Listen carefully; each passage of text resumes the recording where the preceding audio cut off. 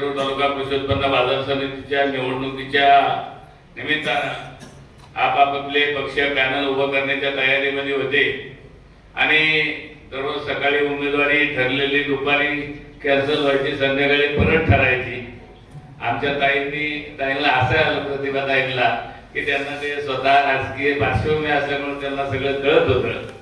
परंतु या ठिकाणी आदरणीय वळसे पाटील साहेब यांनी मागच्या 8-15 दिवसांपूर्वी भीमाशंकर देवस्थानला दर्शनासाठी आल्यानंतर, आपल्या ताई आल्यानंतर, सुचेताताई त्या ठिकाणी आल्यानंतर साहेबांना त्या ठिकाणी सूचना केल्या की आपला शिरूर तालुका कृषी उत्पन्न बाजार समितीवर आदरणीय दादांचं सातत्यानं लक्ष असायचं. त्या निवडणुकीमध्ये आपण स्वतः लक्ष घाला.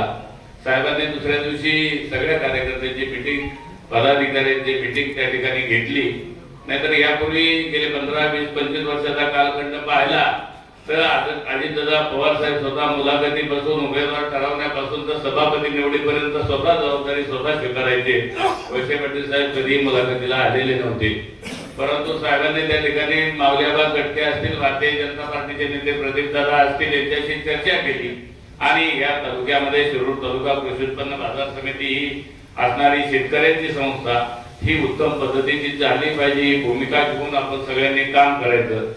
या ठिकाणी उमेदवार कोण कसा या संदर्भामध्ये सगळे अधिकार आम्ही कार्यकर्ते मंडळींनी दादा त्या ठिकाणी वळसे पाटील साहेब आणि माऊलीआबा कटके आणि प्रदीपदादा यांना दिले आणि त्या ठिकाणी कार्यकर्त्यांच्या सूचना, त्या ठिकाणी कार्यकर्त्यांच्या मुलाखती सगळ्या झाल्यानंतर गेले 2-4 दिवस उमेदवारी ठरवत असताना मोठ्या प्रमाणामध्ये शिष्टमंडळाच्या माध्यमातून त्या ठिकाणी स्पर्धा निर्माण झालेली होती.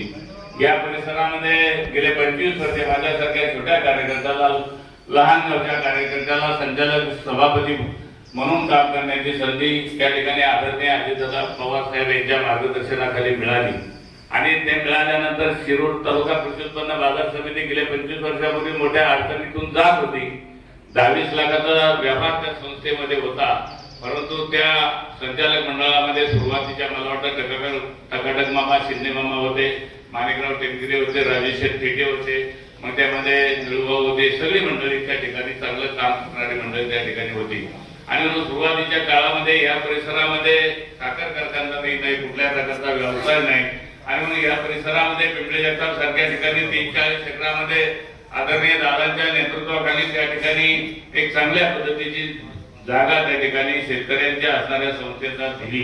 नंतरच्या कालखंडामध्ये ती जागा विकसित करण्याच्या दृष्टीने आम्ही सगळ्या मंडळींनी प्रयत्न केले आणि एक पुण्याला पर्यायी बाजार समिती त्या ठिकाणी उभी राहील हे स्वप्न स्वर्गीय दादांचं होतं आणि म्हणून आज संपूर्ण तालुक्यामध्ये आम्ही फिरत असताना पाहतो की दादांचं स्वप्न साकार होवं या अपेक्षेतून सर्वसामान्य शेतकरी असेल, सर्वसामान्य सोसायटीचा संचालक असेल, ग्रामपंचायतीचा सदस्य असेल, गावागावामध्ये गेल्यानंतर त्या ठिकाणी पुढे येऊन त्या ठिकाणी सांगतोय की काही झालं तरी स्वर्गीय अजितदादांचं स्वप्न साकार करण्यासाठी त्या ठिकाणी आदरणीय वळसे पाटील साहेब असतील, माऊलीआबा कटके असतील, प्रदीपदादा असतील यांच्या मार्गदर्शनाखाली महायुतीने ते पॅनल उभं केलेलं आहे.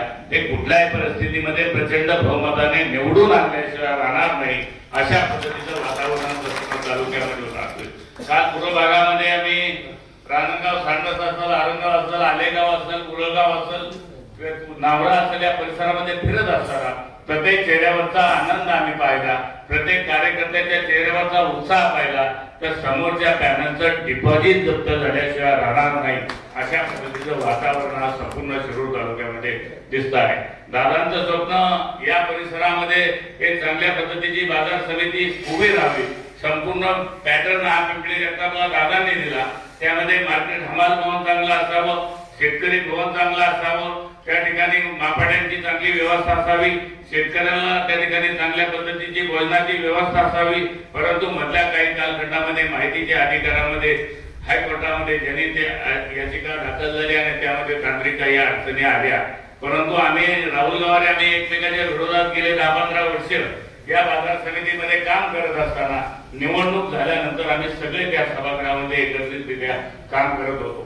मागच्या कालखंडामध्ये राज्याचं सरकार त्या ठिकाणी भारतीय जनता पार्टीचं होतं. तांत्रिक अडचणी आल्यानंतर त्यातून मार्ग काढण्यासाठी राहुल गवारेसारख्या एका कार्यकर्त्यांनी एक चांगल्या पद्धतीची मदत करण्याची भूमिका स्वीकारली आणि म्हणून आज निवडणुकीला पॅनल ठरत असताना वेगवेगळ्या पद्धतीचा प्रचार त्या ठिकाणी केला जातोय की ही एमआयडीसीतले कार्यकर्ते घेतले की ह्या भागातले घेतले, त्या भागावर अन्याय केला, ह्या भागात अन्याय केला. मित्रांनो, आपल्या सुद्धा भावना भडकवण्यासाठी काही कार्यकर्ते येतील की तुमच्या गटामध्ये एकच कॅन्डिडेट दिला, याच्यापूर्वी 2-2 कॅन्डिडेट असायचे.